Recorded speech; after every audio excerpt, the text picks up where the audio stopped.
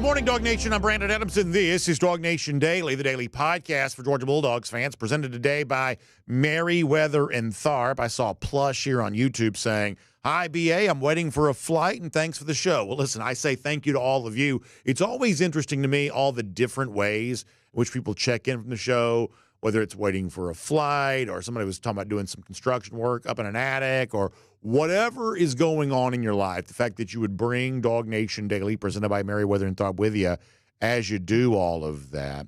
I certainly appreciate that for sure. We have a very fun show planned for you today. It's a Thursday, which frequently for us means Terrence Edwards today, no different on that. We've also got a landing spot, reportedly so, from Nico Iamaleava. We'll talk about that.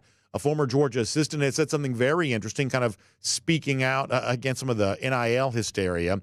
We will give you that.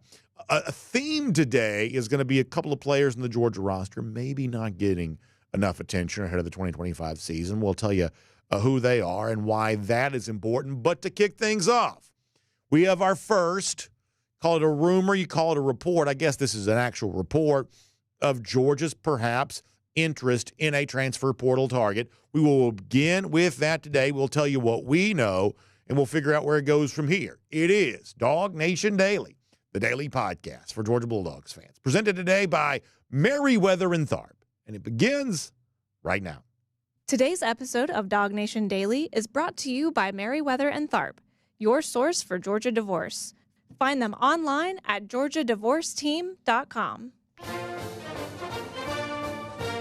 Presented by DawgNation.com. This is DawgNation Daily, the daily podcast for Georgia Bulldogs fans. Here's your host, Brandon Adams. All right, coming up in a couple of minutes, I'm going to look at kind of the aftermath from G-Day. And in two different conversations, sort of had, back to back, we're going to focus in on a couple of players for Georgia that maybe should get more attention, that seem to have had good springs, seem to have had good G-Days, and perhaps are a pretty big part of Georgia's success formula for 2025. We're going to get to that here coming up in just a couple of minutes. Prior to that, I think one thing that we sometimes take some comfort in, because when you do a show like we do, we talk about Georgia football every day. A lot of what we talk about is sort of on-the-record news, facts that everyone is aware of. Sometimes, though, what we talk about, and just because it's fun to talk about it, and sometimes this is what's going on, sometimes what we have is a little bit more in the sort of rumor category of, this could happen, this might happen, there's some speculation, there's some guesswork, there's some hopefully educated guessing, but there's also some discussion about what we don't quite know for sure, but we believe could materialize. And I think one of the things that we take some comfort in is when the stuff that we think is probably true turns out to be true. This isn't always the case, by the way. A college football organization is a very complicated thing. There are a lot of players, there are a lot of coaches. There are a lot of moving parts. And, once a series of events starts to take shape, it kind of creates consequences, both intended and perhaps unintended. And every now and then, because of the flexibility and the complexity of something like that, there are going to be some surprises. There are going to be some things pop up that, boy, I don't know that I would have predicted that, or I wasn't really expecting that. When you're around college football on a regular basis, you're going to have some stuff pop up that you just never could have expected to see. That's why when things do happen, according to what we assumed was the likely course of action, we just sort of take some comfort in that. The world isn't as crazy as it always could be. All of that is to say this. We have an example of that, I believe, here today. We're now for a couple of days, we led off yesterday's show by saying this, but the one thing that everybody seems to agree on is that Georgia's number one need in the transfer portal is an edge rusher, whether it's the edge rushing outside linebacker or the edge rushing defensive end. That Georgia's biggest need in the transfer portal is at edge rusher. They may want more than one, but they at least probably want one. We would say that's possibly true. And unlike other positions that Georgia might target, where they might look at a running back or they might look at another scholarship quarterback. In those situations, especially if it's a quarterback, you're probably talking about bringing in a player that supplements your depth, that provides a little bit of a security blanket, but you're not necessarily looking for what I would describe as kind of a starter-level player. Now, at the edge rushing outside linebacker or the edge defender spot in particular, Georgia probably is looking to bring in a starter-level player, which is not a guarantee to say that guy will start for Georgia no matter what. It's because Georgia's a deep and talented roster, not easy for anybody to. But the sort of player that Georgia wants to bring in is the kind of player we would assume that Georgia would have in its immediate plans, that Georgia could make some sort of immediate use out of. That's what we've kind of assumed to be the case. And we have new details, new reporting today that would seem to confirm all of our suspicions when it comes to that. Y'all know the graphic guy for On3. His name is Hayes Fawcett. Hayes, because he makes all these fancy graphics, and they are really attractive. I think they're good-looking graphics, gets to know a lot of players very well. And so what ends up happening is Fawcett, despite the fact that he's not really, I don't think, a reporter by trade, ends up knowing a lot of the players and therefore becomes privy to a lot of information because they reach out to him and they want the nice-looking graphic to sort of make their intentions known. So Hayes Fawcett on the X platform yesterday, the graphic artist for On3, gave us information about an edge rushing defender named Bo Atkinson. Now, can I pause on something for a minute? And this has nothing to do with anything, but it's interesting to me. So if you want to go back a couple of years ago, while edge rusher has been a phrase that football fans have used for about as long as I can remember, edge as a position was not really like, a sanctioned position. It used to be you had outside linebackers, you had defensive ends, but somewhere along the way, we just sort of decided, hey, anybody that sort of fits in that category, we're going to turn them into just an edge rusher, which is kind of an interesting thing. But here's the other thing that's interesting about this too. I guess the accepted vernacular here is we now capitalize every letter in edge. Hayes Fawcett does this. I've seen other people do this too. It's a little bit like the PGA Tour, if you like golf. In the case of PGA Tour, not only is all the letters in PGA capitalized, all the letters in Tour are capitalized as well. These little things are interesting to me, and perhaps it's one of the reasons why I don't get enough done in life because I get fixated by the wrong stuff. But the fact that we now capitalize all the letters in edge, I find that to be pretty fascinating. But nonetheless, North Carolina standout transfer Bo Atkinson is going to visit Ohio State and Georgia, On3 Sports has learned.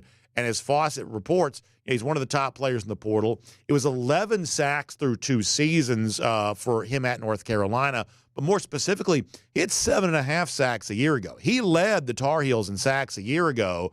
And someone interesting on that is he had 6.5 sacks in the final 6 games for North Carolina a year ago. So this is a guy that was the Tar Heels sack leader, not a great defensive team, but nonetheless, he was their sack leader. And somewhere around the midway point of last season, all of a sudden the light really came on, and all of a sudden, really impressive stuff, from Bo Atkinson as a guy who was kind of one of the leaders for the North Carolina defense. So this is an example of everything we would sort of expect Georgia to be doing. It wants the edge rusher. It wants a guy that has been a pivotal part of a defense, sort of a starter-level player somewhere else with experience, with some production. Georgia wants all of that, and that's what Bo Atkinson might be able to provide. Now, at the very least, he's also going to be taking a visit to Ohio State. Sounds like there could be other visits in place, too. So it's by no means a given that Atkinson's a perfect fit for Georgia or that Atkinson, chooses to be at UGA necessarily.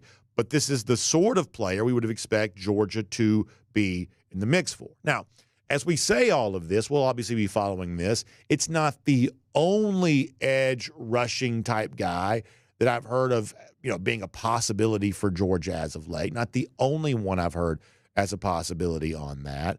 But it is the one we have the most substantial confirmation for here right now. And honestly, if Atkinson were to end up at Georgia, sounds like a pretty good player. Of course, that also goes with the fact that, right now, Georgia is, compared to its own standards, certainly thin at that position. Chas Chambliss is leaving. Damon Wilson transferred. But we also want to be, fair and balanced here, too, that while Georgia would have a need for a guy like Atkinson and maybe another edge rushing prospect as well, I think they do also like what they have. We talked a lot about Q Johnson, so far during this offseason, a guy who kind of flashed a little bit during fall camp a year ago, seemed to have a pretty good spring, seems to have a pretty bright future at Georgia.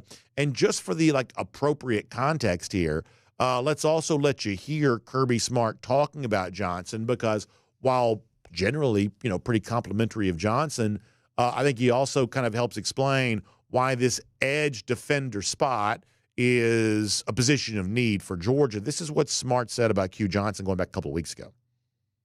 Yeah, it's like I want him to be ahead of where he is, and he's not, and it's not his fault. Again, he hadn't been here.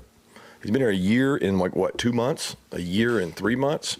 So when you're thrust out there into action against experienced tackles, an offense that moves in motions, and you have to adjust.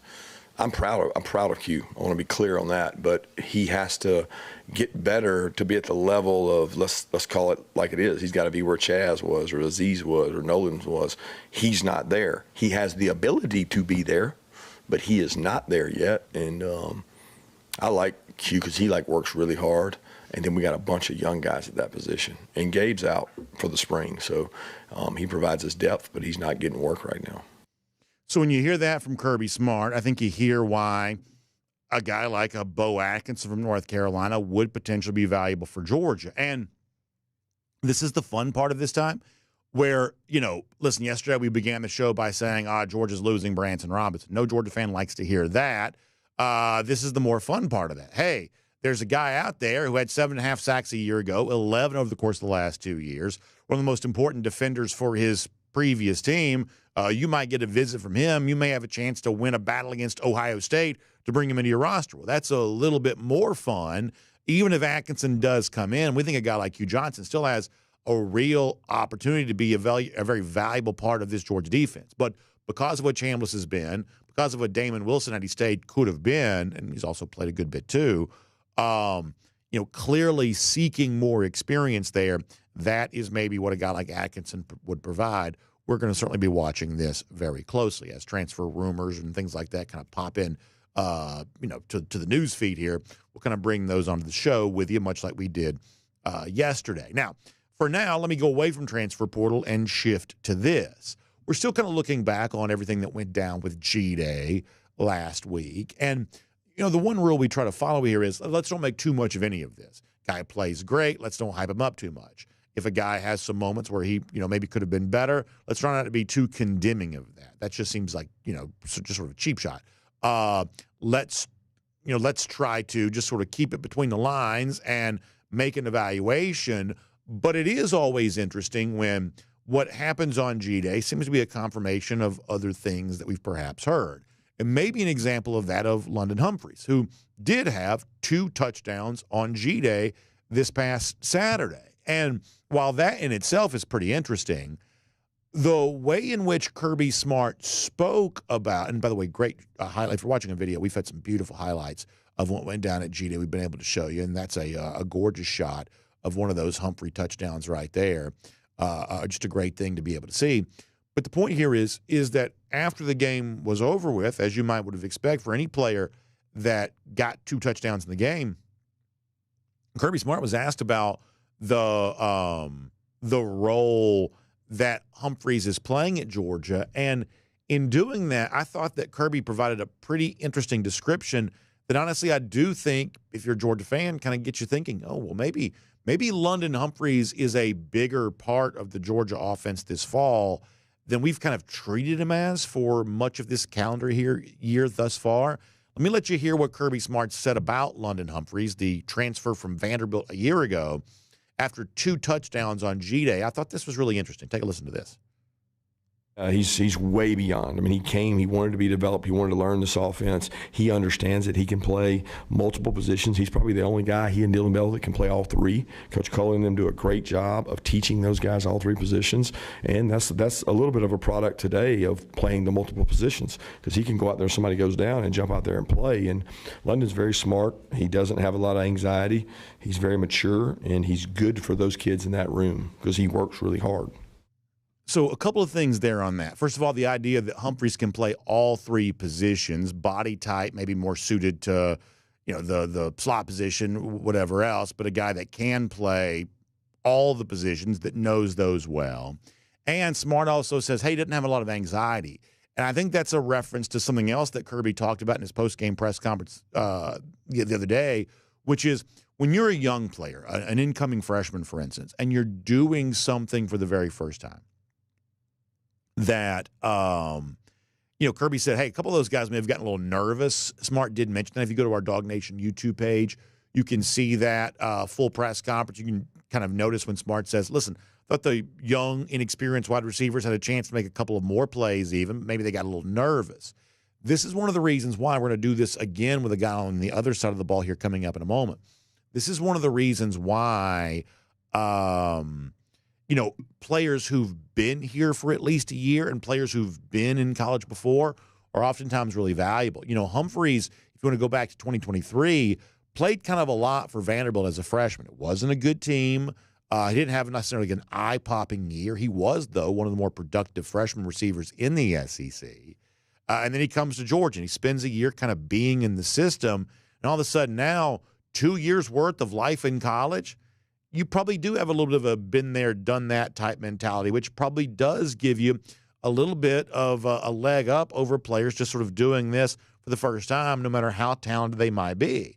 And I'll tell you the other thing that sort of brings to mind for me is that Humphreys has not gotten a lot of airplay on this show over the course of the last however many months, but that was not true after the Clemson game a year ago. Remember how big he played against Clemson and how important he was in what turned out to be that kind of blowout win for Georgia, especially in the second half? And if you want to go back to that time, I went back and looked at our DawgNation story that we wrote about that.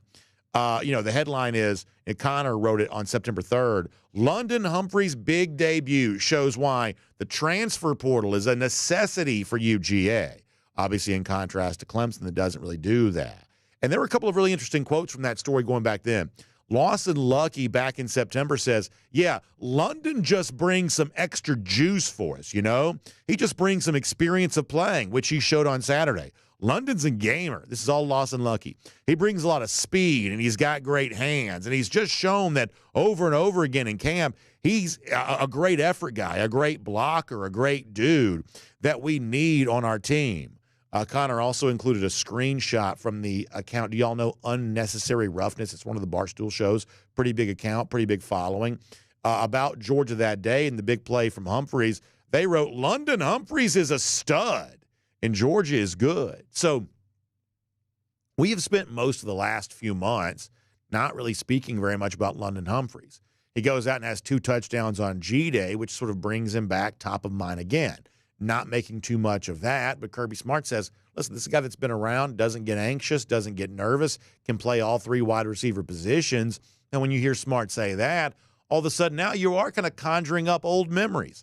Barstool calling him a stud. Lawson Lucky says he brings us some juice and he's a gamer.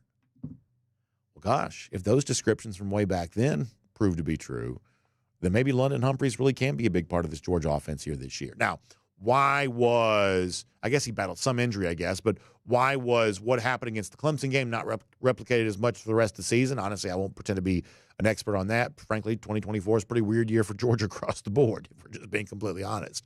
But he certainly got off to a great start, and he showed you his value. And Kirby Smart did a really good job of describing that value in additional detail right there. And we also got a glimpse of that with those 2 touchdowns on G-Day too. So if you're making a list of players that could make an impact here this year, make sure you leave some room for London Humphreys on that. Got experience, got positional versatility, and he's played big in a big game for Georgia before. So as we're thinking about what this upcoming season can be, let's make sure we make some room for London Humphreys as a part of that discussion. My name is Brandon Adams, and this is DawgNation Daily, the daily podcast for Georgia Bulldogs fans, presented today by Merriweather and Tharp. We are glad you are here, glad you are a part of our show today. We also have a little bit of a programming note to give you here coming up in just a moment. But prior to that, let me say thank you to our friends at Merriweather and Tharp who make today's show possible.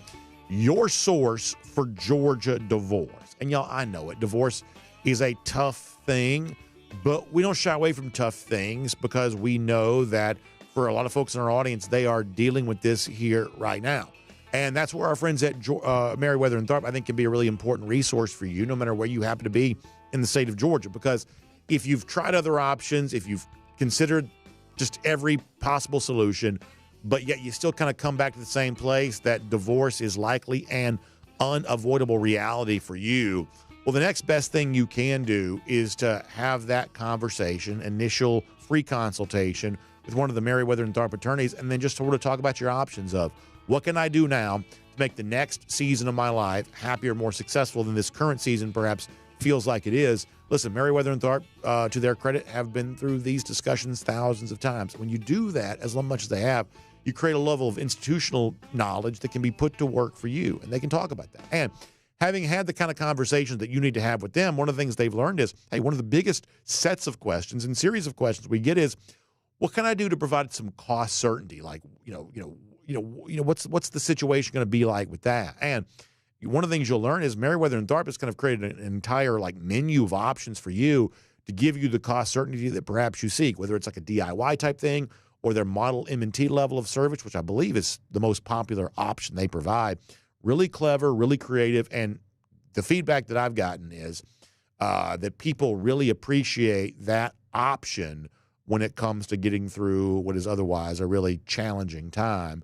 Merriweather and Tharp doing every little thing it can to make the entire process a little bit easier. And certainly if you find yourself in that situation, you'll view that as a generous gift, no doubt about it. So my advice, online, GeorgiaDivorceTeam.com. That's the website, GeorgiaDivorceTeam.com. Make sure you check out our friends at Merriweather and Tharp here today. All right, programming note. Thursdays is Terrence Edwards. Terrence always so kind to join us, and Terrence was locked and loaded, ready to go today. However, Terrence also has a day job, and something just happened with Terrence's day job as we're doing the show. I don't toot my horn too much, but literally just the height of professionalism here, in that I'm doing the show and I'm executing a conversation with you while also texting with Terrence during the program. And yet, if I didn't tell you that right now, none of you would be any the wiser. That is how we do things around here. But I have been in communication with Terrence over the course of the last few minutes. He has begged your pardon. He will not be able to join us here today. But we have a great pinch hitter getting ready to step in, because one of the things that I love is when I watch Georgia games, I'm often doing that from the confines of the with the rest of the coastal elites up there in the press box. That's where I am viewing things from. And boy, it seems like every year these press boxes get higher and higher in the air. The new one at Sanford Stadium is certainly no different on that. So I get my view, kind of the eye in the sky looking down the field. But we are also very lucky around here to have the perspective of a few folks who are also able to kind of see from the ground level. They can hear what the coaches are saying to the players. They're watching the speed of the game from kind of an eye-level perspective down on the field. One of those guys is our guy, Cody Chaffins. Now, Cody's also been doing a lot of great stuff for us here as of late on the video side. The highlights were all shot by Cody, all of that, really good stuff. So today, Cody kind enough to pinch hit for Terrence Edwards. We'll get ready to talk to him in just a moment. That is going to be a lot of fun. Prior to that, though, let's get ready to go around the doghouse here today, presented by our friends at Daytona Beach. And I do truly mean my friends, because some of my best memories in life growing up, going to Daytona Beach. Really fun stuff on that. So a moment ago, we talked about, hey, keep your eye on London Humphreys as a player that we're not talking about enough that could be a big part of everything going down with this team here this fall. Let's do that on the opposite side of the field here for a moment, and let's talk about cornerback Daniel Harris. Now, here's what I believe to be true, is that Georgia fans are really interested in the young cornerbacks right now. I think a lot of Georgia fans would say that cornerback, among the most important positions on the field. You hear me talk a lot about the so-called premium positions. There's no doubt in my mind that cornerback, the lockdown, pass coverage cornerback, is one of the true premium positions in football that you want to be as good as you can at a spot like that. And I think because of that, the cornerback position has sort of been in the spotlight with some Georgia fans, not because the position's necessarily been all that deficient. It's just when a cornerback messes up, you have a tendency to notice it. It's just one of those things that cornerback errors are typically pretty noisy, whereas other positions, when somebody does something wrong, you just, I'll put myself in this category too. We may just not be quite as likely to notice that because football is a complicated sport and everybody's sort of colliding against each other. It's the cornerback that oftentimes has the mistake that just sort of gets amplified perhaps a little bit more. So because of that, cornerback has certainly been in the spotlight with a lot of Georgia fans. And I think a lot of Georgia fans have been hoping, whether it be DeMello Jones or probably even more so a former five-star like Ellis Robinson, I think a lot of Georgia fans have been hoping that one of those cornerbacks would sort of step to the forefront. Now, everything I've heard from people who are closer to this and know more about this than I do, the group of people, as I like to say, who know somebody who knows somebody who knows somebody, everything I've heard is both DeMello and Ellis Robinson, maybe in this case particularly Ellis Robinson, have had pretty good springs. They're coming along nicely, and they are probably going to be valuable commodities for Georgia here this fall. Everything I've heard would seem to suggest that is probably true. But what GameDay also seemed to confirm is what we've also heard a lot as well, which is Daniel Harris. And this goes back to the same thing we said a moment ago. What does London Humphreys have over Georgia receivers? Experience. 2 years of experience in college. In London's case, 2 years of experience in the SEC and a year's worth of experience at Georgia. That's what he has over the teams that he's competing with. That experience matters. It's one of the reasons why he was able to perhaps play as well as he did on Saturday, and one of the reasons why, Kirby Smart said the complimentary things that he said about him. That experience is valuable. Well, on the flip side of all of that, perhaps the same thing can be said for Daniel Harris too. A guy who's always had the body type, NFL-style frame, big long arms, which is obviously really helpful when it comes to breaking up passes and defending an interception, obviously on Saturday. Kind of stepping in front, winning a one-on-one battle and coming with an interception, that all of what went down with GameDay seemed to be a confirmation of what Daniel Harris had done a lot during the spring. And so we're kind of thinking about what is the best version of the Georgia defense? Who are your best 11 right now? I think people have grown to be really comfortable with another experienced cornerback, Dalen Everett, on the one side. All of a sudden now, though, I think the arrow is pointing up for Daniel Harris in a way that I don't know that it has previously in his Georgia career. Once again, let's go back to Kirby Smart, his words. This is what Smart said as a description for Harris's play and kind of how he fits into the overall competition at cornerback for Georgia right now. This is Kirby Smart from last Saturday. I think he's competing harder. I think it matters to him more. He sees two really good players at the corner position with him, with DeMello and Ellis, and he's competed really hard. He's had some plays where he's given up balls, and he's had some plays he's made them. It's like, DeMello had a really good spring, and he lost a couple battles today, and then at the end, Ellis had a couple where he had 50-50 balls. So, all three of those corners have gotten better. I think Dante's done a great job with them, have a lot of confidence in those guys, but the wideouts made some plays today. So I think a lot of that is interesting from Kirby Smart. First of all, mentioning Dante Williams by name. We've said this before, that I think there's a lot to like about Dante Williams potentially as a coach. I don't know that he's put much of a stamp on his tenure at Georgia thus far. I don't know that Dante has fully introduced himself to Georgia fans the way that a lot of Georgia assistant coaches do, where whether it's because of the huge recruiting win or the major development win or something along those lines, these position coaches oftentimes become very famous figures around DawgNation in a way that other position coaches other places just sometimes don't. That's just the sort of typical protocol here in Athens. I don't know that Dante Williams has done that yet, but maybe this is the year that he does. Kirby certainly gives him credit for that. But also, I think pretty candid about Daniel Harris when he says he is not just competing, but competing harder than he once did. He says it matters to him. Not just that it matters, but it maybe matters to him more so than it used to. What I take that to mean is that in what is a pretty intense competition, because Ellis Robinson is a truly elite prospect, DeMello Jones is, I believe, also an elite prospect, that Daniel Harris has answered the bell and answered the challenge and raised his level because of the level of those that he's competing with. I think that's really fascinating. And here's what I believe to be true, that if the buzz that we're hearing about Daniel Harris, and if you put your ear to the ground, you perhaps will hear it, if the buzz that we're hearing about Daniel Harris was being said about Ellis Robinson, Georgia fans would be so excited because they've been waiting to hear that. Robinson is the former 5-star. He had the eye-popping individual player rating even in addition to his 5-star status. Because of that, Georgia fans have been kind of waiting for that moment to hear what they want to hear from Ellis Robinson. Well, if what we were hearing about Harris now was being said about Robinson, that would be an example of that. The truth is, I don't know that anybody's saying a bad thing about Robinson right now. It sounds like he also had himself a pretty good spring based on people that kind of know more than maybe I do. But it also sounds like, once again, perhaps because of experience, maybe Harris just had a better spring. And maybe Harris is just more in line to kind of hold on to a starting position here right now. But if he plays the way that it seems like he might, and if he replicates some of what we saw on GameDay, that's probably a pretty good thing for Georgia. That cornerback is a spot where experience matters. Dalen Everett certainly seems in position to use that experience well on one side of the field. Maybe now Daniel Harris could be ready to do that on the other. And that is Around the Doghouse, presented today by Daytona Beach. And I tell you all the time that one of the real benefits of a vacation to Daytona Beach is the fact that there's an international airport that goes there. I'll give you a little BA trivia. I believe I've mentioned this before.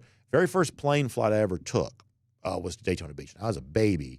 My mom flew with me to Daytona Beach to meet my grandparents. So that gives you an idea how long Daytona Beach has been in my life. And if you haven't visited, I think it would be a great time for you to do that here right now and experience 23 miles of shoreline, great golf, surfing, fishing, all kinds of outdoor activities. Honestly, I still think about all the great restaurants that I've eaten at throughout the years in Daytona Beach. Many of them are still there. And what's fun is you've also got sort of new culinary options that are showing up all the time, too. And, of course, there are really great savings on some wonderful resort opportunities and hotels as you kind of move into the spring and summertime of year. So check out DaytonaBeach.com/hotel deals for more on that. DaytonaBeach.com/hotel deals. All kinds of fun to enjoy there. Of course, everybody knows Daytona International Speedway, but you don't have to be at the Great American Race to be enjoying everything that goes down with our friends at Daytona Beach. You can enjoy it 12 months a year, all kinds of fun, indoors, outdoors, everything else in between. So find out more online today. It's DaytonaBeach.com/hotel deals. That's DaytonaBeach.com/hotel deals. And that is Around the Doghouse, presented by Daytona Beach here today. So for us on a Thursday, that normally means Terrence Edwards. We'll catch up with Terrence here again soon. Terrence, though, did notify us, kind of got called into some business with his day job. He's obviously a head football coach here in the state of Georgia here now, so we'll let him tend to that. Before we're done, new information. Nico Iamaleava has found his new home. We'll tell you about that. And a former Georgia assistant has said something very interesting that's probably one of the more talked about things around the college football world here today. We'll give you that too. But for now, on everything else as it relates to Georgia, including what was seen from the close-up position, best seat in the house on GameDay on Saturday, let's talk to our guy Cody Chaffins, pinch hitting for Terrence Edwards here today. From Athens and across the SEC or wherever the recruiting trail may lead, here's a DawgNation.com insider. You know, I sit here and do the show, and everything just sort of seems really smooth just because all I do is just sit here and talk. But behind the scenes, we're always doing stuff. We're always scrambling. There's just always something going on, some sort of fire to be put out somewhere, and I'm not capable of doing any of that stuff. The only job I'm qualified to do is just sort of shout into this microphone. If it wasn't for the microphone, I'd be unemployed. But someone who does many, many things well is our Cody Chaffins. Cody kind enough to sort of pinch hit for Terrence Edwards here right now. First of all, Cody, thank you for your time. It's great to have a chance to speak to you here today. We appreciate you, especially on short notice, being a part of the show today. Yeah, it's fun because the last couple of weeks we've been working on other projects, and I haven't had a chance to even do our On the Beat show with Mike Griffith. So I haven't had a chance. Usually with Mike Griffith, what I love to do, we do every Monday after games, is we do a segment called Boots on the Ground, where I get to share some of the video that I shoot, because I'm lucky enough to be the guy who gets to stand on the sidelines for every Georgia game. And so I usually like to share little tidbits that I saw. So I haven't had a chance to kind of show off at least some video that maybe hasn't been aired yet here on DawgNation. Yeah, no, I think that's really interesting. I want to do some of that with you too. And I do think that people should understand that, and I think a lot of people kind of do, is that if you get a chance to watch the game from the field, you just get a different experience than what you get up in the press box. And I've done some stuff from the field. I now mostly just kind of watch, from the press box, just because other people are more sort of equipped for me to kind of be down there videoing, including yourself. But I think you get an appreciation for the athleticism. I think you also kind of hear some of the chatter. So I guess to sort of start off with, what was the vibe down on the field for G-Day on Saturday? I mean, it felt like G-Day. It Yeah. felt like, even in the stands, like, it wasn't 93 K-Day. It felt like an old school G-Day. And I think a lot of those young guys were excited, but you could definitely see the nerves on so many of their faces, and just kind of going around and getting to watch. That was what I wanted to do, was get eyes on the freshmen, right? And like go around. So the first place I wanted to go see Elijah Griffin, and I went and found him, and you look at him and he doesn't look like a freshman. And we've heard, because Jeff Sintel gets on here every week and tells us so much about the 5-star and, here's what we can expect. So I said, I got to see this guy. So that was the first thing I went to go do, is let's see Elijah Griffin.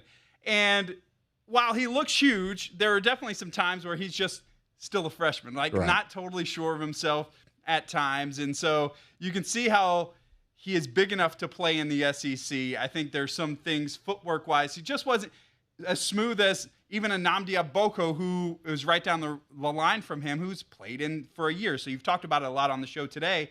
I think playing in the system, getting some experience is a big thing. And that may be the reason we didn't see so many of those freshmen like we saw last year. But, you look at the size of him, he looks like a Georgia player. Yeah, no doubt. And for those who are watching in video, I love when you showed the Griffin video a moment ago, you kind of sort of start from the bottom and sort of pan your way up. It kind of makes him look like a superhero to sort of do it that way. And I think everything you're saying is 100% true, that like any freshman got a lot to learn. And yet, I came away from Saturday, I think along with some other people, thinking that while there is still a lot to learn, that Griffin has a real chance to be a part of this rotation and could be playing for Georgia this fall. Will not be the best player on the Georgia defensive line, and it may not even be a starter level player. If I had to guess, probably not. But the sort of player that is in the game, sometimes Georgia's used these types of players on third down, for instance. If you want to go back to Trayvon Walker era, things like that, as a freshman, somehow, some way, I believe there's going to be a role for Griffin. He will be in the rotation, even if it's not quite that sort of starter level here right now. A lot to learn, but the talent seems to be unmistakable. Right, and he's definitely there. One of the guys kind of in that second-year role. So last year we were very excited about Joseph Jonah-Ajonye. Seeing him again, I don't know if he looks trim or I just hadn't seen him. He looked really explosive, just in drills, right? So we don't really know. And that's the other thing about G-Day is like they send out all these rules beforehand, or like no outside rush, just inside. So like, what does it all really mean? And we didn't see them run the ball hardly at all. So it's hard to know, and you can't tackle quarterbacks. Like, so all these weird rules, so you can't, especially defensive line, it's hard to evaluate. But he looks like a guy, too, who could be taking that next step and maybe kind of last year, before he got hurt, could be a contributor like we expect Griffin to be this year. I want to ask you about Daniel Harris, the guy I was talking about a moment ago, and you had the nice video of the Harris interception. I believe, and I said this, that if what we're hearing about Harris right now, we were hearing about Ellis Robinson, it's the sort of thing we'd be leading off shows with, and it's the sort of thing we'd be building headlines off of. It's the sort of thing that would, I think, generate a lot of chatter. I think, and this is not a criticism of the player, it's just sort of an observation about reality. I think when people hear that about Harris, they are somehow kind of less excited because he's just sort of been here. Fans are always going to be interested in things they haven't either seen yet or haven't seen very much of. There is a curiosity around a DeMello or an Ellis Robinson that probably doesn't exist around players like Daniel Harris that have played a pretty good bit, but seems like Harris had himself a really good spring. It seems like, once again, to kind of continue the theme, his experience pretty valuable. And the interception he got on Saturday, I know good and well, if Ellis Robinson had got that interception, we'd be, buzzing about it left and right, but it was Harris who got it. And I believe it's likely Harris who's still in line to be a starting cornerback. Competition open during the fall, of course, but a starting cornerback for Georgia here this season. And honestly, that may prove to be a really good thing. What do you make about where that stands right now? Yeah, I think back to last year, and you had Terrence on this show, and he talked about, like, he had gotten to see practice, and what did he see that nobody else saw? And he's like, this dude looks like an NFL player, talking about Daniel Harris. And so we kind of last year I kind of thought that would be his breakout year, and we just realized that playing a position like cornerback takes experience, and so he's now gotten that, and he's still that same NFL prototype size. So while, yes, he is not the new flavor at this point, and everybody was so excited to see Ellis Robinson. What's he going to be? And we wanted to see him more last year. What was going on with that? Those were all the questions. And so, yeah, Ellis is still kind of the flavor of the week. I think Daniel Harris has a chance, like we saw with Dalen Everett. We've seen him grow into that role, and he is now, a third or fourth year guy who's played every year, and he's gotten much, much better. So we see what experience can do, especially in that position. And you feel like Daniel Harris, he's always had the physical traits. You look at him, and Colby Young, those guys were going up together. Like the interception we saw on G-Day, Daniel Harris, they say, hey, just throw it up, Colby will go get it. No. Not with Daniel Harris, because he's that big too, so he can go up and make the play. And now Kirby, the one thing he's always said about Harris is he's got to know where to be and, what's going on. And that's one of the things that can only come with experience. So I think, he's still got the NFL size that Terrence talked about last year.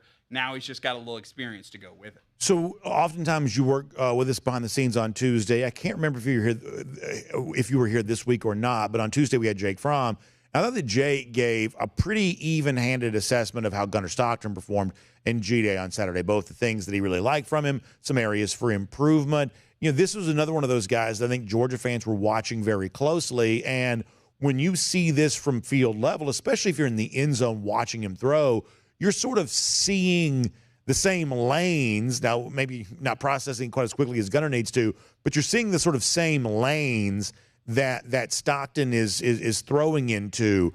What did you make of what you saw from Gunnar Stockton on Saturday, as he kind of showcases what we assume we'll be seeing in every game for Georgia this fall? Yeah, I thought Jake was right on the money when he was talking about, the shot he took to Lawson Lucky over the middle. That one looked so good. And we've heard so much, and it's the one thing about G-Day too, is it was hard to tell how Gunnar was using his feet. Was that effective or was it not? Because the guys can't really tackle him. But he did pull it down and run a couple times, and yet that part's always been there. The other thing I was thinking of, with especially the deep balls, and Kirby said afterwards maybe he took a few more shots than he should have. But you know what? You should have, because it's G-Day. Like, let's go see Zachariah Branch make a catch way down the field. Let's let Jeremy Bell show off his speed. And the one thing that Gunnar, I think, is underrated for is his throwing of the deep ball. We all talked about Carson Beck's arm and how that was so great. But you think back to the Sugar Bowl, like he hooked up with Arian Smith on that long catch. That should have been a touchdown. Now, regardless of what happened with walk-ons running into referees on the sideline, Arian should have scored on that play if he would have kept his feet. Gunnar put that ball on the money. And so watching him throw these deep balls, now, of course, this is the one that gets picked off by Daniel Harris, which we just talked about. But he could put that ball up there a little bit. He's got some arm strength. So that was one of the things that stuck out to me that I think we will see more of from Gunnar Stockton than we did with Carson Beck. This time last year, we were hearing Mike Bobo say Carson Beck needs to throw the deep ball better.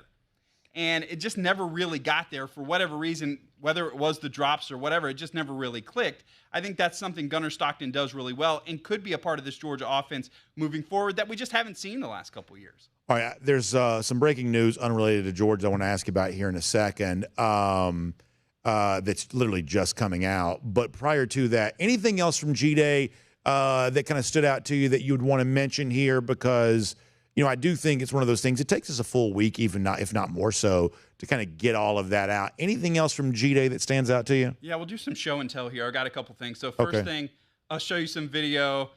This is our man, Terrence Edwards. He was there on G-Day. So, some of the guests we talked to didn't get to be there, so don't have a clear sight of what was seen.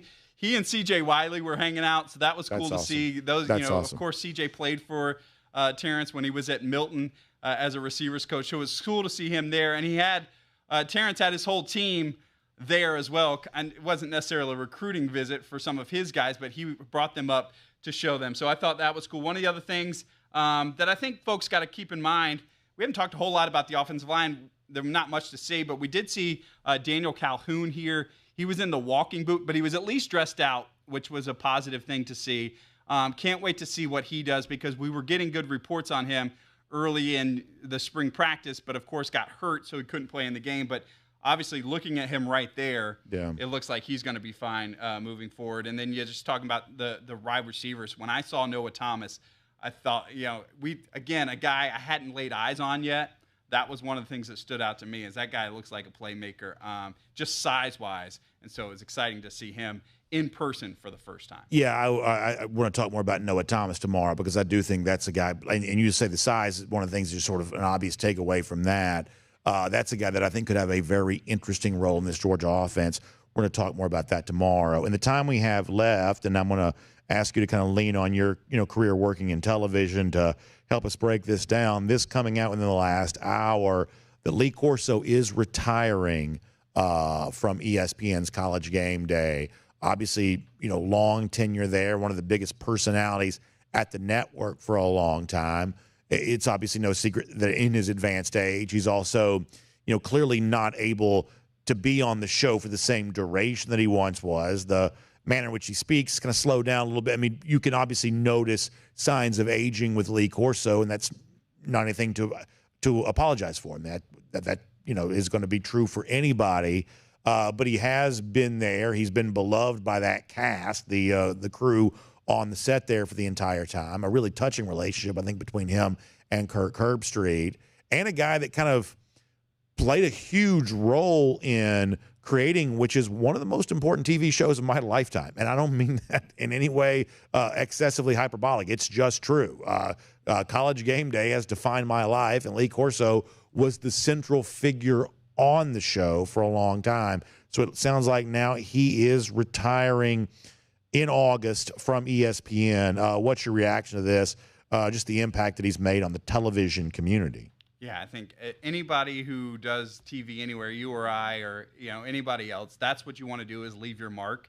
And I think there's no question that Lee Corso has left his mark. When you think about, you watch those old clips from like the first College GameDays when he was on there, and it looks, really old video, but he was still doing his thing. And the way he kind of developed the either not so fast, my friend, right, or the headgear picks at the end of the game, like it's in the College Football Hall of Fame now, because that's what we expect with college football. That's a thing that he made a thing. So when you can have something branded so much to you and what you bring to the table, and you think back to those early College GameDay years, college football was not what it is now. And it is not what it is now without Lee Corso pumping it up. Like in the SEC, it's always been big to us, right? But as a national product, college football was not there, and it's not where it is today. And the NIL dollars that Nico's trying to fight for, all that stuff, that's not there without Lee Corso kind of helping to build that with ESPN and making college football a big deal. Stuff is a big deal when you treat it like a big deal. And when College GameDay started to come on and they started treating college football like it was a big deal, everybody realized, okay, we'll treat it like a big deal too. And I think that's one of the things that he helped do. And that's, college football. Like I said, I just don't feel like it is as big a world without Lee Corso. So yes, the last couple of years in College GameDay, the show's changed a lot anyway. Like even when he's on it now, it feels like he's not loud enough anymore, which is like crazy because he was the loud guy for so long. But it's sad to see him go. It's probably a good thing to see him go at this point, and we wish him well. But I think his legacy is huge. So final broadcast is going to be August 30th. So there will be a kind of a farewell broadcast on August 30th. And then at that point in time, Corso will have turned 90 years old. An amazing story for sure. Cody, I know it was short notice, but you were awesome. Thanks for the great video. Thanks for your insight from GameDay. And here on this, and of course on the beat each week too, we'll look forward to getting a chance to hear from you again very soon too. All right. Appreciate it, Brandon. Good stuff. Let's take a look around the rest of the league. This is SEC Through. Yes, Cody said, a part of On the Beat with Mike Griffith every single Monday, so really good stuff there. And as I meant to mention, Cody going to be a part of our DawgNation cruise coming up here as well. Can't wait to hang out with Cody and his lovely wife on board Utopia of the Seas next week. Before we get to cruise around the SEC, let me also say one more thing here about Lee Corso just for a moment. And I'm a very, very staunch believer in this. It was always really interesting to me that as Corso, who did suffer a stroke in 2009, and for like at least the last 10 years, maybe even more so than that, but at least the last 10 years, or last few years, however many. Corso has not been, from a speaking standpoint, sort of a presence on air standpoint, he has not been what he once was. That's just obvious. And yet, if you listen to like ESPN producers talk about things like that, they were never afraid of that. And I think they were rightly so unconcerned with, okay, here's a guy, he's in an advanced age, probably not as fluent a speaker. Maybe maybe just everything is not quite what it once was, but he's an important part of this show, and he's still going to be out there. Obviously, for just joining us, he announced his retirement here today, getting ready to turn 90. He'll have a final broadcast coming up in August. And my point on this is y'all, we're all going to get older. We are.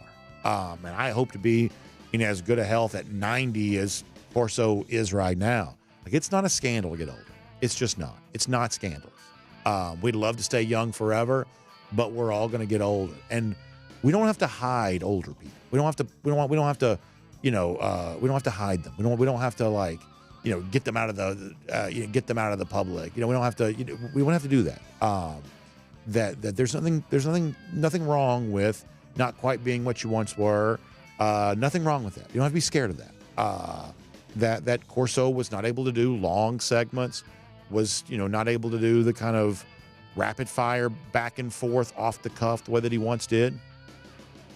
Still did the headgear, still gave you some of the catchphrases every now and then, still kind of gave you a reminder of what his previous presence once was. And the folks at ESPN thought that was a valuable part of the show and worth keeping around, and I think they were probably right about that. I really do. I'll also tell you one more thing. A lot of people don't realize this, that for most of the time that Corso has done ESPN's College Game Day, he also had a job. Like, he was, he had a day job away from sports broadcasting. He was. Have you ever seen like the pencils? Like probably the only pencil brand that I'm aware of. Maybe the reason why I know this is because Corso worked there. But he was like an executive of some kind with Dixon Ticonderoga. Do you know what that is? They're really, really thick pencils. The erasers never work, which is, a different topic for a different day. But they're really like these kind of thickish pencils, kind of a well-known pencil brand. Like, he had just a regular job. And going back to my early days in media, when you're like trying to make a name for yourself, working as like a sports radio producer or something like that, one of the best ways to like make a name for yourself is to book a guest. If you can book a big name guest and get a big name guest on the air, that's a good way to kind of make a name for yourself and sort of stand out from the rest of the, yahoos who are trying to do the same sort of thing. So this is going back to like early 2000s. This is like back when Lee Corso, obviously still very well known, very big deal, early 2000s. So I'd gotten wind that Corso had a day job. And so I set out, and this is kind of early days of the internet, not super easy to now, you can do anything. But so I sort of set out to sort of track down Lee Corso at Dixon Ticonderoga, the pencil company that he worked for. Found his office, got his number, called him, got him on the show, booked a big guest. That was kind of a big early career win for me. I'm not trying to make this about me, but when I think about Corso, I think about that. A guy that even as like one of the most famous people on television for one of the most respected shows on television was still like going to work in the off season Monday through Friday selling pencils, like literally pushing pencils. I think that's an interesting thing. And so we wish him well in his retirement. We'll look forward to his sign-off broadcast. And I guess one more thing to say about this is that if you're much younger than me, it's hard to appreciate how big of a deal the headgear thing was when Corso first did it. Just a really big deal, even though it's kind of a joke even back then, because I think, a lot of us who were, maybe young at the time sort of thought it's good that when Corso doesn't pick you because he got a lot of picks wrong, things like that. The truth is, I'm not even sure he was trying to get the picks right half the time. I think Lee Corso, as much as anybody, understood that, nobody's curing cancer by talking about football on TV. Let's not take ourselves too seriously here.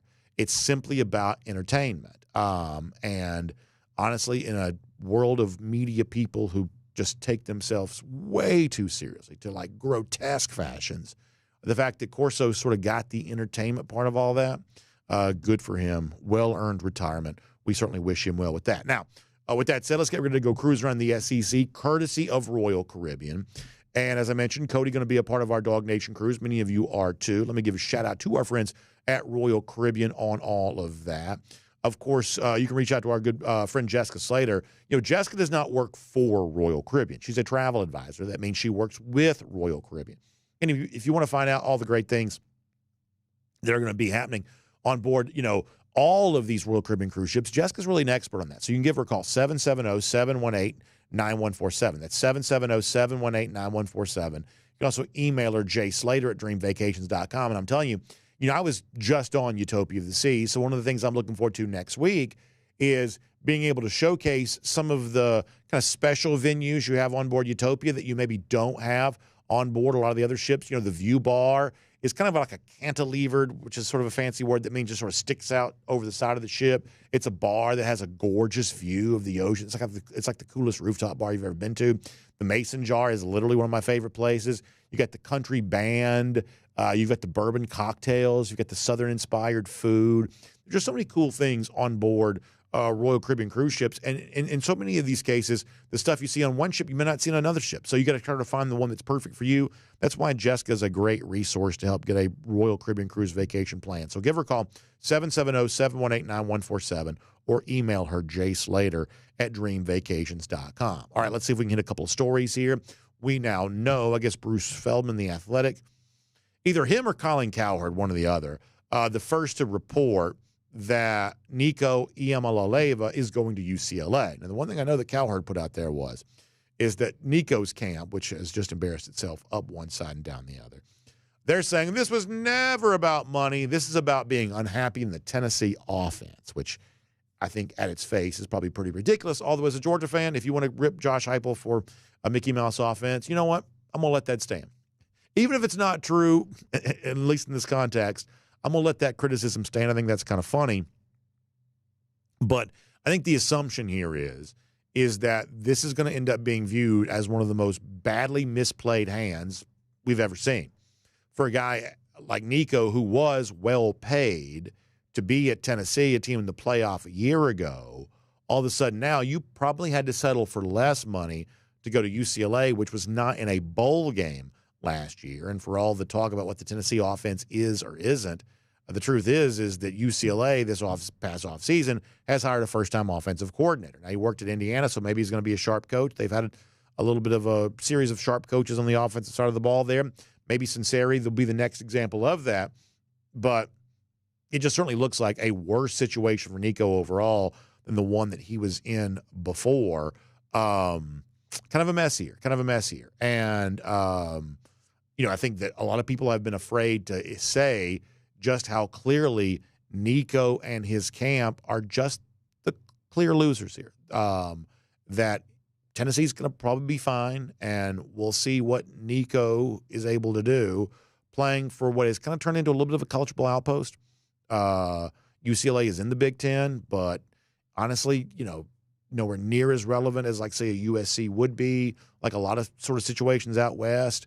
Just sort of a desperate team trying to generate whatever fan support they can get. The Rose Bowl, where they play their home games, essentially empty on most fall Saturdays. And who knows? Maybe Nico will like that better. Maybe he will. But it seems like a pretty rough landing spot for a guy that had a chance to be one of the most talked about players in college football at Tennessee. Now, speaking of Tennessee, you may have seen Urban Meyer, the now Fox analyst, was pretty critical of Tennessee on his podcast recently for how this all goes down. Meyer saying, here's the reality. Tennessee is screwed. They got a problem. You lose a potential high draft pick. You have the backup quarterback that left last year. Now you have a redshirt freshman that threw 9 passes as a freshman. You've got 0 experience, and the portal opens as we speak. They're going to have to go get one. Stuff like this drives me crazy. I am, like most of you, and frankly most right-thinking people anywhere, not a fan of Urban Meyer. And we do this in life now, where Meyer is on TV working for Fox, and so therefore, because you put the suit and tie on, you speak on TV, it sort of gives you sort of ready-made credibility. And Meyer, during his time as a coach, was obviously a great coach, won a national championship both Ohio State and Florida. But here is the important context. Meyer wasn't just fired by the Jacksonville Jaguars, his most recent job. Meyer was fired in disgrace. That when you think about the way it went down there, relationship with his players, whatever may have gone on in his personal life, Meyer was fired in disgrace by the Jacksonville Jaguars. And the manner in which that goes down sort of brings you back to some of the allegations of whatnot at Ohio State, the Netflix documentary of his time at Florida. Like the idea that somehow, Urban Meyer is a qualified candidate to sort of evaluate what I think from Josh Heupel's standpoint was sort of a stand on principle. Now, listen, some of the issue at Tennessee was an issue of Heupel's own making. We would certainly acknowledge that. But eventually, somehow, some way, Heupel stood on principle. And the idea that Meyer is critical of that, Meyer can't expect to enter the fray on this without a lot of people wanting to point out, boy, how many times was Urban Meyer during his football career a principled actor? We would say perhaps not as much as the job requires, and that's one of the reasons why now he is on TV with very few options to go back and coach if he were to choose to do so. We are not fans of Urban Meyer. We do like Fran Brown, though, and I thought it was very funny that Fran Brown spoke out recently about a receiver that left his program. And the truth is, I don't know much about is it Trevor Pena, I believe is the guy's name. So he is leaving, and apparently he's leaving to go make some big dollars somewhere else. So I'm not even sure where he's going to go. But on the idea that a player would leave for an NIL standpoint, Fran Brown told a local TV station, sometimes people are asking for an outrageous number. He says, stop. With all due respect to everybody in the country, this is amazing from Fran Brown, to every wide receiver, to everybody doing all this stuff, if you're going to make $2 million at wide receiver, that's as he calls him, the homie at Ohio State. He means Jeremiah Smith. That's the homie at Ohio State. He goes, and I'm going to quote him directly here, ain't nobody else making that money. I ain't giving no wide receiver $2 million in college, man. Now, listen, here's why I think this is interesting. He goes on to say, that ain't me. I ain't doing that. Unless somebody tells me that we have the chance to have Travis Hunter, he can come here and play for us. Then he'll get some of my check. I ain't paying anybody $2 million. We ain't giving anybody. Or he says, we ain't giving nobody that. So that's Fran Brown. I find that to be really funny and very interesting, partially for this reason. As I told you before, the fact that Tennessee, I believe, in this showdown with Nico Iamaleava is pretty clearly won. Now, whoever gets the most wins in the field this fall will be the true winner, but I think that Tennessee, by a fairly wide margin, is likely set up to be that side. That it sort of opens the door for a little bit more of an embrace of what is already the more popular public opinion, which is that, hey, it's fine for players to get paid, but can we return to some level of sensibility? Can we stop being completely ruled over by activist judges with radical interpretations of, longstanding law?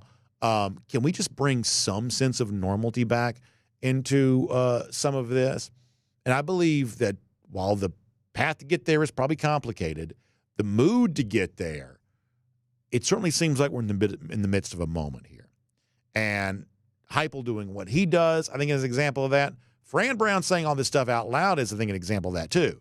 And I think that for one specific reason. Y'all, this is not some 70-year-old dude saying this. Fran Brown's brand right now is that he's one of the young, cool coaches in the sport, right? I mean, what people know about Fran Brown, in addition to having a very good year at Syracuse this year, to his credit, Brown is sort of one of the coaches that's got he's got a little coolness to him that he seems to he was one of the guys like, hey, Dion, we'll come play you for a spring game, for instance. That Fran Brown has got a pretty good image right now, a pretty good brand right now as sort of a young, cool, hip, cutting-edge style coach. So oftentimes it's sort of thought of the ones that don't want to pay players $2 million are sort of the old guys, the old guard. Sometimes online you hear people like this called boomers. It's a boomer take not to want to pay a wide receiver $2 million. Well, Fran Brown is the farthest thing from a boomer, someone from a baby boom generation. Farthest thing from a boomer. He looks around and is like, we ain't giving no receiver $2 million unless you're Jeremiah Smith or maybe Travis Hunter. We're not giving somebody else that kind of money. And I think it's very interesting to hear a matter-of-fact statement like that from what I think of as sort of a new school, young, hip coach who's pretty popular right now because of the cool factor that he brings to the table. We are in a little bit of a moment where there is at least some window for some sanity to be restored. Now, we're never going back to 1995. I'm not sure people even necessarily want to. We may not even go back to like 2018. And then once again, I'm not really sure people want to do that either. They just want some rules, some sensibility. They don't want, imposed chaos being the order of the day. And when even the cool coaches are saying that, I think it's probably worth listening to. We'll make that cruising around the SEC, courtesy of Royal Caribbean. Now, we had a great time with our friends at the UGA bookstore this past weekend for GameDay. I will tell you this. Of course, GameDay long since passed. But I will tell you that today, if I can get my business taken care of time, I'm actually going to try to make my way to the UGA bookstore too, because I need some new Georgia gear. I need to kind of get stocked up for the summer. Perhaps even some new threads for the DawgNation cruise coming up. And of course, when I'm thinking about shopping for Georgia stuff, I'm thinking about being there at the UGA bookstore. There's an awesome autograph signing this past weekend for GameDay. There'll be plenty more of that, of course, we head towards the fall. But if you want to get stocked up with the best Georgia gear, whether it's the Nike stuff, the Vineyard Vines, the Tommy Bahama, obviously the Peter Millar, and in some cases like an exclusive line of Peter Millar stuff, like the old UGA 10 line, for instance, you only could get that at the UGA bookstore. So if you want to look the best and the best looking Georgia stuff, our friends at the UGA bookstore have got you on all of that. So make sure you check that out today. Of course, speaking of the DawgNation cruise, tomorrow I'm going to tell you more about what I think is going to be a really fun week for us next week. While we're on the DawgNation cruise, we're going to do some things on video next week, kind of unlike we typically do. I think you're going to like it. Last year we did this. It was very well received. We'll tell you more about that coming up. Of course, for today, let's give you a golden shoe winner. And I'm always impressed by the very plugged in, well-connected members in our audience, including our buddy Dog Vader here. He's Tampa Dog 66 on X. He says he got a chance to slip on a Georgia SEC championship ring. Now, we don't know what the pathway was to get to do this, but obviously a very well-connected member of the Georgia football community getting a chance to put that ring on. He says, check out the size of this beauty. I got to tell you, I think it looks awesome. We haven't really talked much this week about the fact that Georgia did celebrate those yesterday. I think that's really sharp and great to see. Glad Dog Vader got to try one on. Got a nice picture with that. That's awesome. We'll give him a golden shoe. Also, we'll give the Dogs a golden shoe for those SEC championships. You love that. And lousy stinking Gators, they couldn't find an SEC championship ring in football with a map. It's been 1,622 days since they have beaten Georgia in football. We love that. But the truth is, dominate them in baseball, beat them in basketball. I mean, Florida may be the national champions in basketball, but around here we actually don't even recognize that. All we recognize is Georgia's head-to-head win over Florida. I mean, from a transitive property standpoint, Georgia's the basketball national champions, in a manner of speaking. So something to think about. Point to ponder. Anyway, y'all have a great day. We'll see you back here tomorrow. DawgNation Daily, presented by Meyer, Weather, and Tharp. We'll look forward to talking to you then. And on video, time now for the R.S. Andrews Cool Down. R.S. Andrews is one you turn to for your air conditioning, heating, plumbing, and electric needs. They show up on time. They do the work that is promised for the price is promised. You can trust them on all of that. So we can't go long today. We have also gone really long the last few days. So I feel like we've earned the right to sort of step out here at a more normal time today. Let me plug in, though, and we'll get some comments.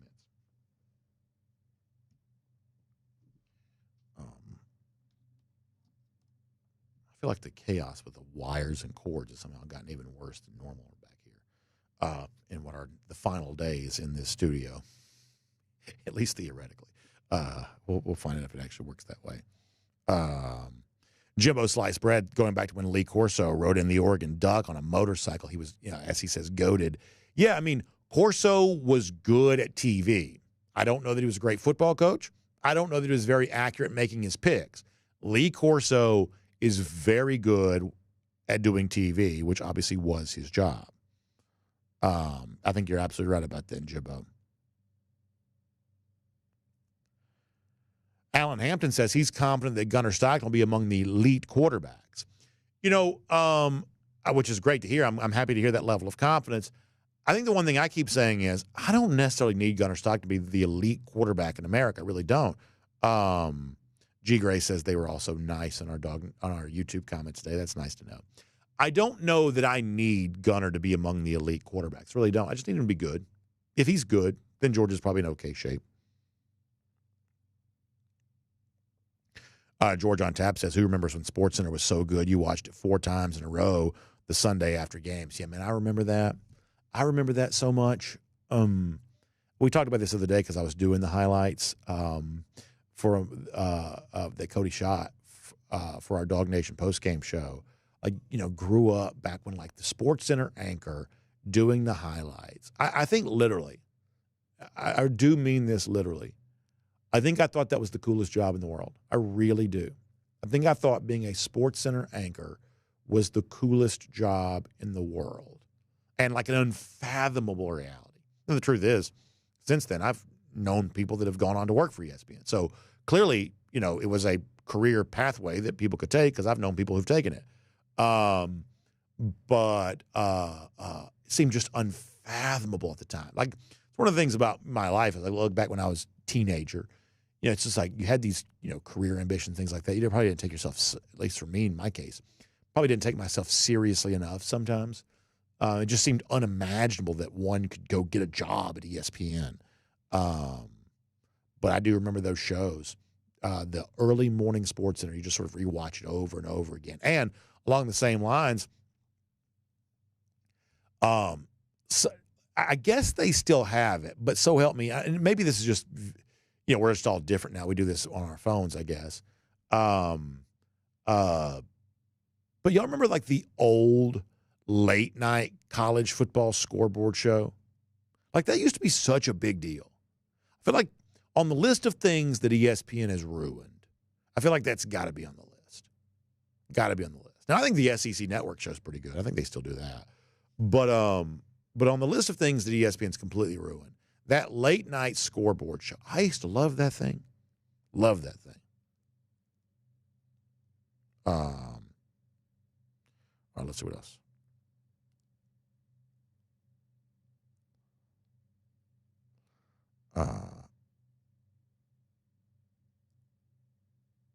Jack Fullerton says, I think this is a Corso replacement.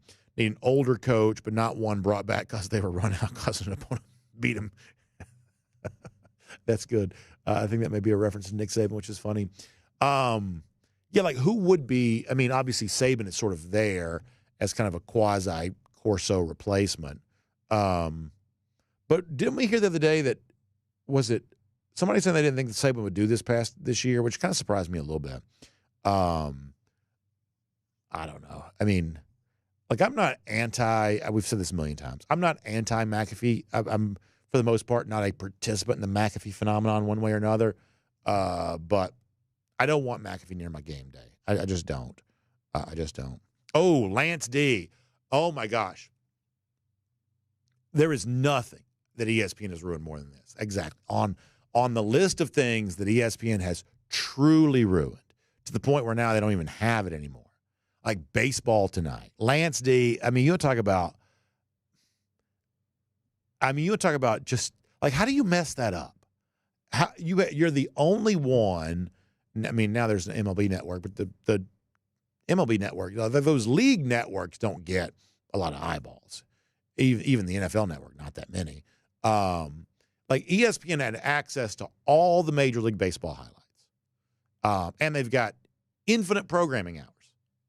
And somehow they just messed up baseball tonight. Just messed it up. Now it doesn't exist. Now ESPN pretends like Major League Baseball doesn't exist. Like, how is that possible? Because if you're like me, and I'm kind of like right in the middle age-wise of our audience, I think.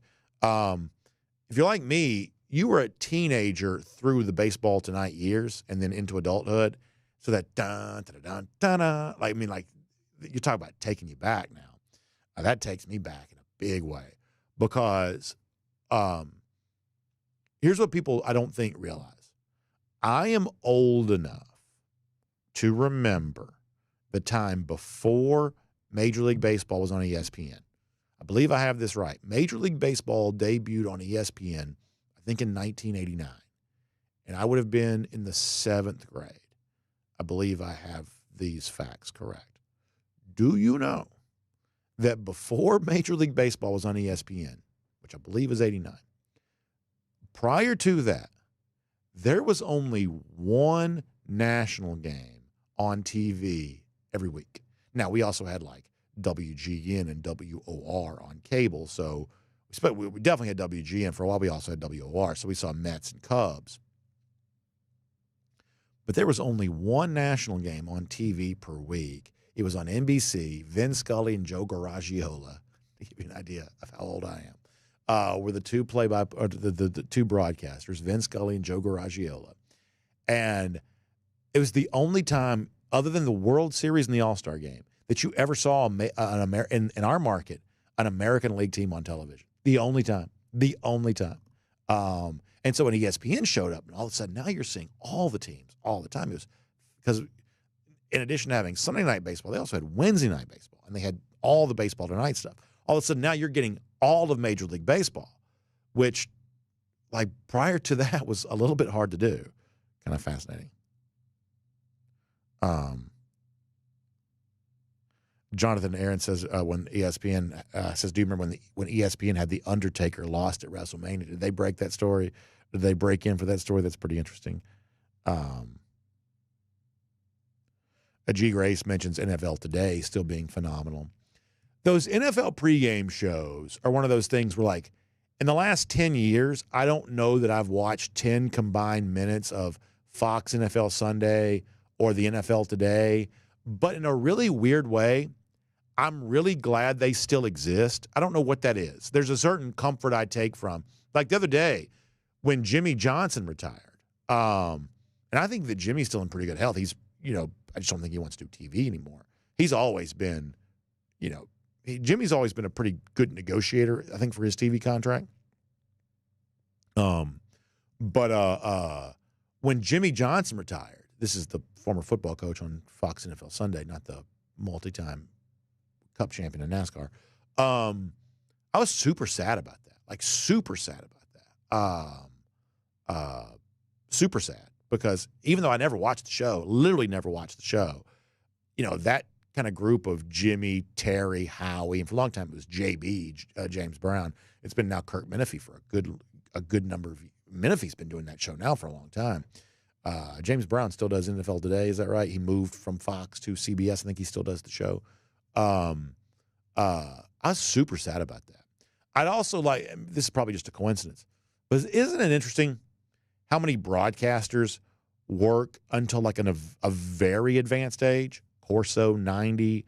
Jimmy Johnson's got to be up there. Terry Bradshaw's still doing the show, but he's got to be, he's well into his 80s, right? It's interesting how many broadcasters just work for a very long time. John Paul Williams, this is a good question. He says, I do suffer from motion sickness. How does that affect your cruise experience? I have never gotten motion sick on a cruise. Never gotten motion sick on a cruise. I get sick not sick. I feel it sometimes on smaller vessels. A fishing boat, for instance. Sometimes a fishing boat can get me a little, cruise ship never had a problem. I like theme parks. Most Disney rides I can probably take okay. Some of those Universal rides where you're like, I don't quite know I could do those. They have what you call it, because Universal just opened a new park, and I'm always kind of fascinated by that sort of thing. But it sounds like a lot of those rides have that's a little much for me, probably. Bryce mentioning the possibility that a YouTube video got taken down from GameDay. If it was the whole deal, they probably did make them take it down. They probably did. Let me go to DawgNation.com.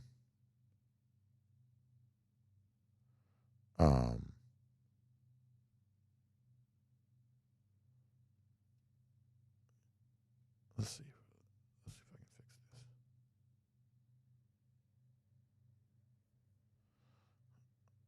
Yeah, my whole DawgNation is just sort of different than it used to be. UGA Marine says to watch the Rangers games, you need to get a sort of special app for that. Yeah, I mean, listen, I'm a big fan of Major League Baseball. I think Major League Baseball is a terrific product.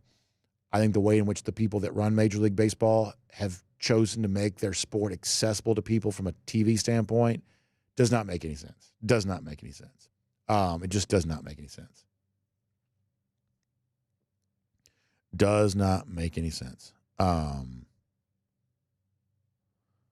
Let's see what else. Let me go to Facebook here for a moment.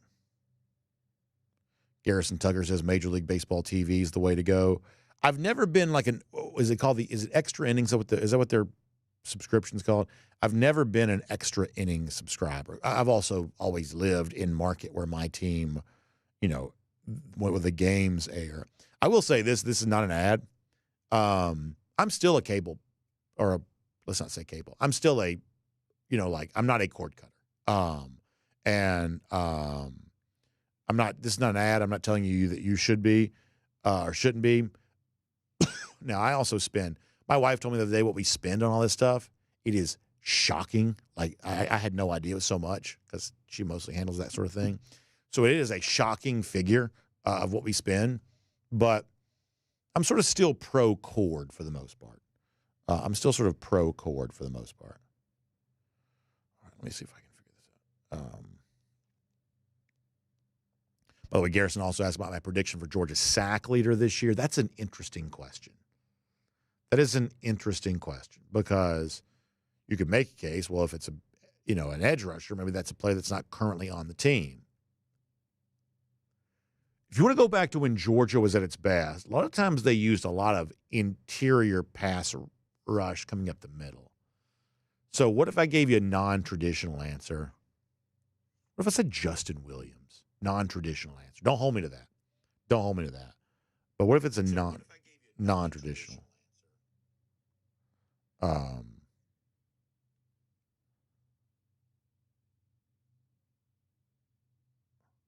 Johnny Prescott says, we haven't talked about this yet. He says, can we count on you to be in DawgNation to be in Boulder on Saturday for college football history in the making when Shedeur Sanders has his jersey retired?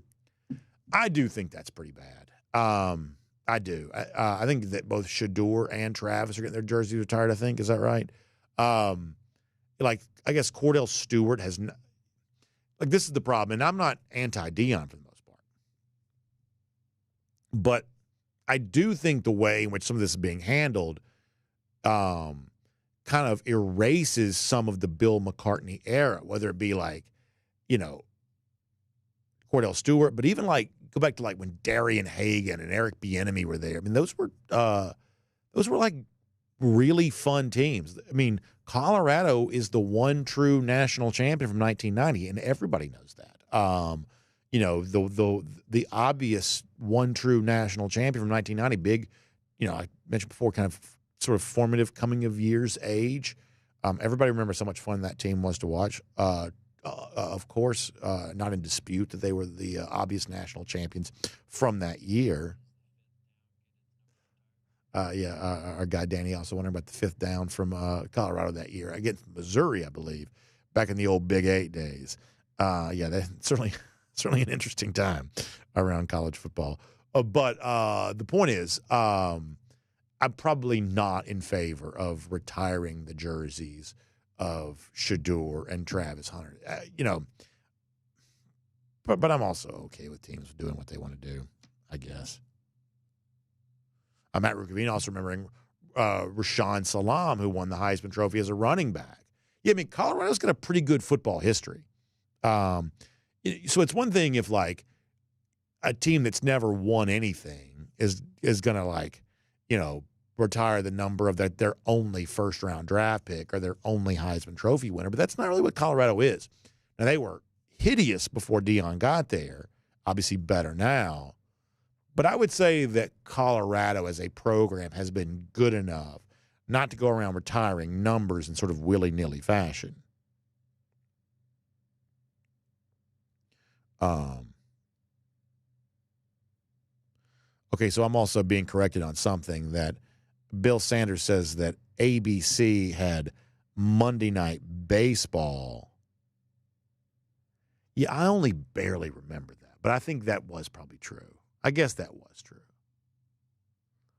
but I don't have much memory of watching. I wonder why that is. I have big-time memories of Saturday afternoon NBC with they had a great, I bet you can find this on YouTube, the lead-in to baseball on NBC. I bet that's on YouTube right now. That was an awesome lead-in. Now, I used to also watch This Week in Baseball, which honestly was just as good as anything that God's ever created. So he did have some taste of the other sports that way. Mel Allen doing that. I only vaguely remember Monday Night Baseball and really have no memory of that at all. But I at least have enough of a memory to say, yeah, you are right. But for some reason, that's not really a part of my memory. But I love that Saturday afternoon baseball, man. I loved that. Ken Holcomb says some sanity has to be infused into this NIL fiasco. Players demanding millions or they walk cannot be tolerated by all coaches. Yeah. So here's something I thought about recently. We got to get ready to go. So one of the things that I think is interesting is we're kind of told that there are no rules that are allowed, that any rule is going to be challenged in court, and even though the law hasn't really changed, the interpretation of the laws of what's changed, that suddenly this sort of activist viewpoint on how,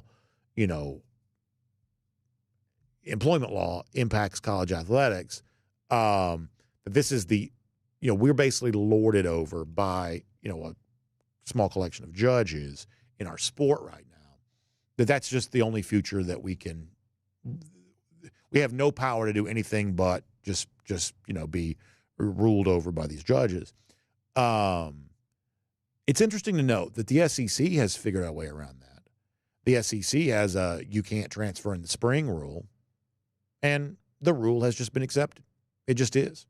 And players are still getting paid. Players are still transferring. Players are having some freedom, but there are some rules. And honestly, I think this is what most people kind of want. That if you could go back to the 1990s, I don't think people necessarily want to. If you could go back to the early 2010s, I don't think people necessarily want to. I think people want what I just described. They want some freedom for players and also some rules. Because what we used to have is essentially no player freedom. And like once you sign somewhere, you're just there forever. Or if you sold a couple of autographs, then your amateur status is in question. Your eligibility is now up. We used to have, that sort of thing going on. And I think the majority of the public looked at that and said, that seems a little heavy-handed. Public opinion was sort of against that. And so now we've kind of shifted way too far the other way, where all of a sudden now everybody, media, administrative types, everybody is sort of afraid of being kind of seen as anti-player. There's an idea or two kind of coded within you're anti-player that I think people are really scared of. They don't want to be thought of as anti-player. And so in the race to not be anti-player, which is kind of in the uncool position, anti-player would be viewed as uncool. In the race to sort of show how pro-player you are, we've now established a situation where there are no rules. And what you're starting to see is the majority of the public saying, we don't like this either. We didn't like the old days when players had no freedom at all. And we just sort of don't really like this new thing where there's ultimate freedom without any rules whatsoever. Rules are what give shape to the sport. If you have no rules, you have no sport. And people want some rules.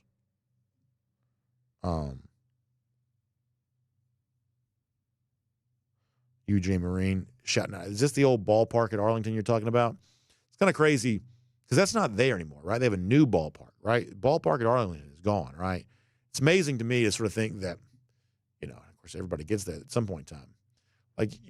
Turner Field's another example of this. When you see a stadium built, get treated as cutting edge, and then you see that stadium eventually replaced, that is a shock. That is a shock to the system. That is a shock to the system when that goes down. All right, we got to get ready to go. What else? All right, so it looks like Nitro Tuggle has entered the portal. Wait, didn't that already happen? What am I forgetting here? No, I guess that didn't already happen. So yeah, there you go there on that. So there you go on that. I guess that just coming out. Let me make sure that's not. Let me make sure that's real. Although, so he had the issue. That's what it was. See, a lot of this, I'm telling you, a lot of this stuff just sort of goes in. Yeah, Connor just posted DawgNation.com. Nitro Tuggle plans to enter the transfer portal. Remember, it was after the season he flirted with it. Yeah, that's right. And that's then right. Apparently in a term to renegotiate, but I guess he's headed out again. But of course after the arrest. Yeah. So yeah, I'm not making a lot of that. That's a serious situation. Just one of those things like there's just so much news, and it's all like. Yeah, like and Cody described it well. He almost did, then he didn't. Then he had the thing, and who knows how that complicates it. A lot of this is hard to keep up with. Like, more and more online, what you sort of see is just tell me who's playing in the fall. And I have to say, sometimes I kind of know where that sentiment comes from. All right, let me do a couple more YouTubes, a couple more Facebooks. We'll get ready to go. Oh, so Texas Dog said the ballpark at Arlington's still there. Do they still play in it? They still play in the ballpark at Arlington? We got to see it at SEC Media Days. Okay. We went to the Globe Life, the real one. It's right next door. And I think they do like UFL games in there. Is that right? Okay. Or at least they did some spring football at some point there. It's still standing. So one time years ago, I went to Detroit. I don't know if this is still true or not, but it was weird. I think I have this right. And if you're from Detroit, maybe you can help me with this, or if you've lived there, maybe you know more about it. That there was, I guess, some dispute about whether they should keep the old Tiger Stadium or not. And listen, you grew up, once again, the age I did, like that was a revered ballpark, right? Kind of a classic old ballpark. When they built, I think it's Comerica it was originally called. I'm not sure what it's called now. For the Tigers, I guess there was some dispute as to whether or not they should keep the old Tiger Stadium, a completely different location, but some dispute. So at least when I was there, circa 08, 09, something like that, the compromise they had reached was they tore down like half of it, which is a very strange thing. They had like half of the old Tiger Stadium. But if you can keep a stadium, I think you probably should. Bryce also mentioned that John Emery Jr. now officially in the transfer portal, which, certain stories make you feel old. The counterbalance to that is the fact that we're still talking about John Emery Jr. still playing college football leads me to believe, hey, maybe we're not quite so old, because it sort of feels like we've been doing that for a good long time now. He has been around for a minute. All right, we got to get ready to go. Really fun stuff, as always. Really appreciate that. So I'll tell you more tomorrow about what next week's going to be like, but I think you're going to like it. We're going to do some special stuff. But for now, we'll monitor the transfer portal. We'll see what's going on with all of that. We'll invite you to check out our friends at R.S. Andrews. Dennis Wilson, is this Tiger Stadium they have now torn it down, make it a field for Little League Baseball? Well, if so, I guess it's a nice thing.